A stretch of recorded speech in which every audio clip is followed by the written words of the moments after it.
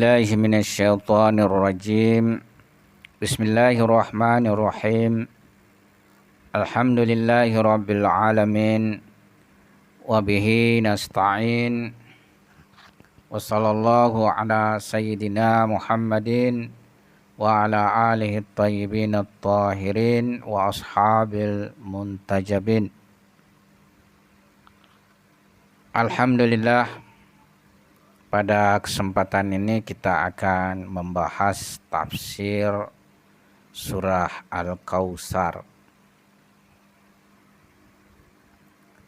Surah ini terdiri atas 3 ayat dan masuk kategori surah Makkiyah. Serta surah ini adalah paling kecilnya surah Al-Quran. Nama surah ini diambil dari ayat pertama surah tersebut, yaitu Al-Kautsar, yang bermakna kebaikan yang sangat banyak.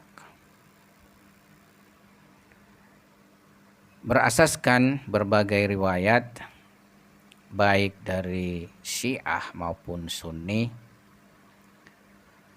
As bin Wa'il ayah Amr bin As, yang merupakan salah satu pembesar Mekah, setelah mengetahui putra-putra Nabi suci Shallallahu Alaihi Wasallam meninggal dan beliau tidak punya anak laki-laki lagi, maka ia dengan nada mengejek menyebut Nabi Shallallahu Alaihi Wasallam sebagai abtar, yaitu tidak berketurunan.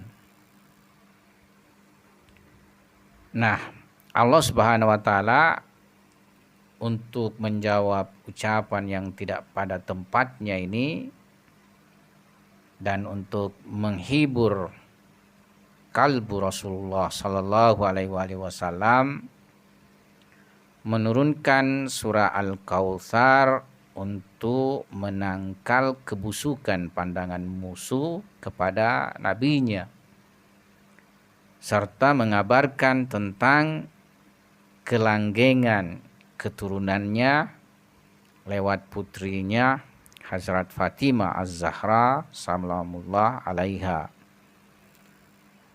serta kelestarian risalah dan ajaran yang dibawanya,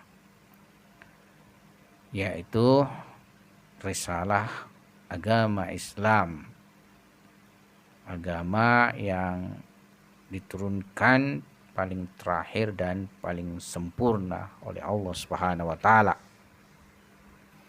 A'udzu billahi minasyaitonir rajim. Bismillahirrahmanirrahim. Inna a'tainakal kautsar.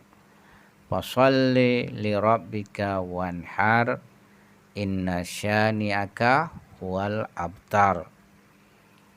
Dengan nama Allah yang Maha Pengasih, Maha Penyayang, sesungguhnya kami telah memberikan kepadamu kebaikan yang banyak, maka dirikanlah salat karena Tuhanmu dan berkorbanlah.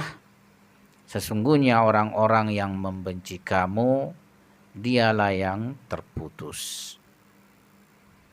Inna a'tainakal kautsar. Sesungguhnya kami telah memberikan kepadamu kebaikan yang banyak. Semua pembicaraan dalam surah ini ditujukan kepada Nabi mulia Sallallahu Alaihi Wasallam, seperti dalam surah Ad-Duha dan Alam Nashrah. Pembicaraannya semuanya tertuju kepada baginda Rasulullah Sallallahu Alaihi Wasallam. Salah satu dari tujuan penting dari 3 surah ini adalah menghibur dan menenangkan Nabi Shallallahu Alaihi Wasallam dalam berhadapan banyaknya peristiwa yang menyulitkannya serta penghinaan musuh kepadanya. Pertama, Tuhan berkata kepadanya, kami telah memberikan kepadamu kebaikan yang sangat banyak, sangat melimpah. Kautsar adalah sifat yang diambil dari kata kasrah, yang artinya kebaikan dan berkah yang banyak. Dan kepada orang yang dermawan, yakni senantiasa menginfakkan hartanya, juga dikatakan kautsar. Akan tetapi para mufassir dalam menafsirkan kautsar itu sendiri, mereka memiliki perbedaan pendapat yang mengherankan karena begitu banyaknya. Sebagian berkata kebaikan yang banyak, dan sebagian lainnya memaknainya dengan pengertian yang lain seperti berikut ini. Sebuah sungai di surga, kolam khusus bagi Nabi Shallallahu Alaihi Wasallam di surga atau di padang mahsyar. Ini bentuk kedua. Ketiga, putra-putri keturunan Rasulullah Shallallahu Alaihi Wasallam. Keempat, para sahabat dan pengikut beliau hingga hari kiamat. Kelima, para ulama umat beliau Shallallahu Alaihi Wasallam. Keenam, Al-Quran dan keutamaannya yang sangat banyak. Ketujuh, makam kenabian. 8, agama Islam. 9, tauhid. 10, ilmu dan hikmah. 11, keutamaan Rasulullah Sallallahu Alaihi Wasallam. 12, makam Mahmud. Serta terdapat banyak lagi makna yang diungkapkan oleh para mufassir yang sampai pada 26 pemaknaan. Tafsir Al-Mizan, pembahasan surah Al-Kautsar. Sebagian pandangan berdasarkan dalil riwayat dan sebagian lainnya tidak memiliki dasar riwayat. Akan tetapi boleh jadi menjelaskan salah satu misdak dari misdak makna yang luas ini. Sebab sebagaimana kami katakan, Kautsar bermakna kebaikan dan nikmat yang sangat banyak. Sebagaimana kita ketahui bahwa Allah Subhanahu wa taala memberikan sangat banyak nikmat kepada nabinya Shallallahu Alaihi Wasallam, yang boleh jadi apa yang disebutkan oleh para mufassir merupakan salah satu misdak dari misdak yang ada. Yang mungkin pandangan tersebut tidaklah saling menegasikan dan menafikan satu dengan yang lainnya. Karena semua nikmat dan kebaikan serta anugerah yang dilimpahkan kepada nabinya boleh jadi masuk di bawah cakupan daripada Al-Kautsar itu sendiri. Tapi yang paling besar nikmat Tuhan yang diberikan kepada nabinya adalah putrinya Hazrat Fatimah Az-Zahra salamullah alaiha, yang darinya lah kemudian imamah berkelanjutan.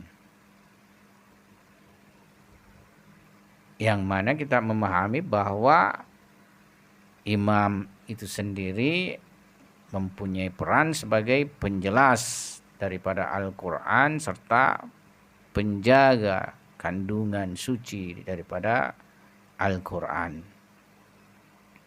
Ala kulli hal, semua pemberian-pemberian Allah Subhanahu wa taala kepada nabinya sallallahu alaihi wasallam dalam berbagai aspek kehidupan beliau, semuanya tentunya dalam rangka menyempurnakan risalah kenabiannya serta menjaga risalah ini hingga akhir zaman. Sehingga pada zaman kita ini Imam Mahdi ajalallahu ta'ala farajahus syarif tentu merupakan penjelas serta penjaga daripada risalah suci Nabi mulia sallallahu alaihi wasallam.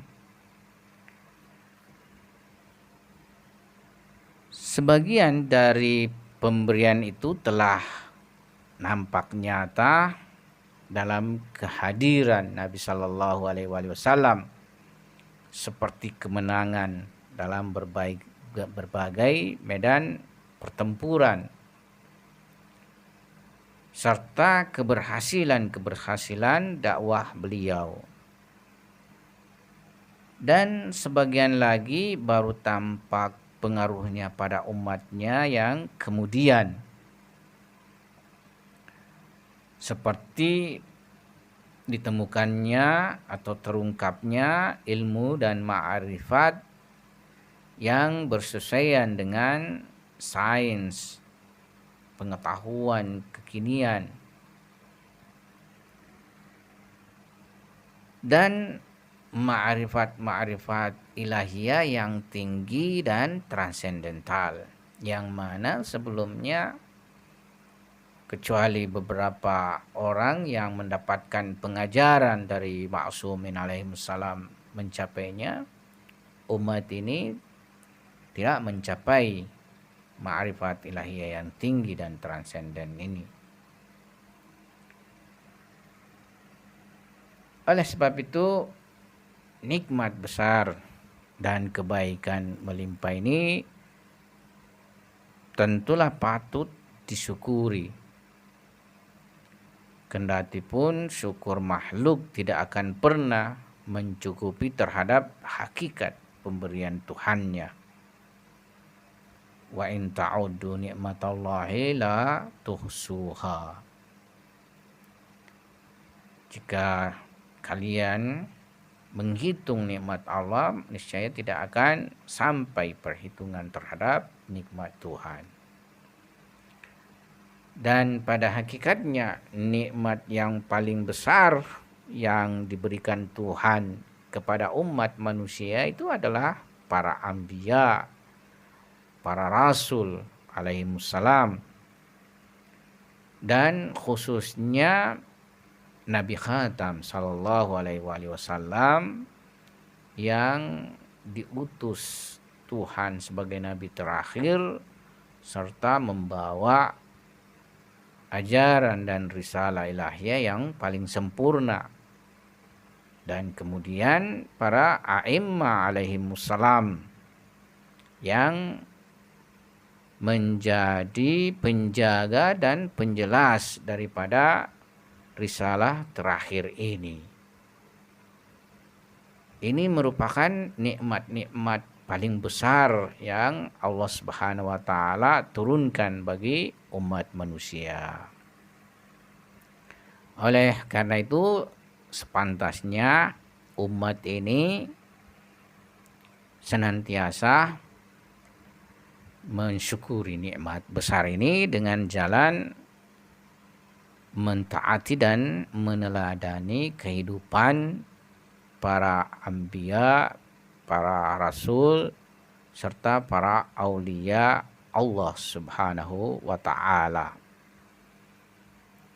Dan tentunya kita pada zaman ini mestilah senantiasa mempunyai hubungan dengan Imam Mahdi ajalallahu ta'ala farajahus syarif sebagai nikmat paling besar terakhir yang diberikan Allah Subhanahu wa taala kepada kita semua, Ya tentunya dalam kegaibannya, bentuk hubungan kita dengannya, bagaimana kita menanti kedatangannya, serta senantiasa berdoa terhadap keselamatannya dan berdoa untuk segera didatangkan di tengah kita, supaya umat ini semakin mendapatkan petunjuk dan hidayah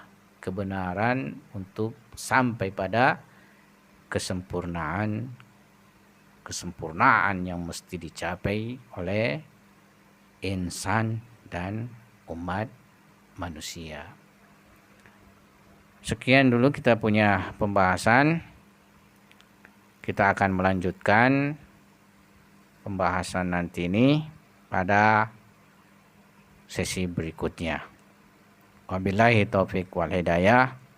Assalamualaikum warahmatullahi wabarakatuh.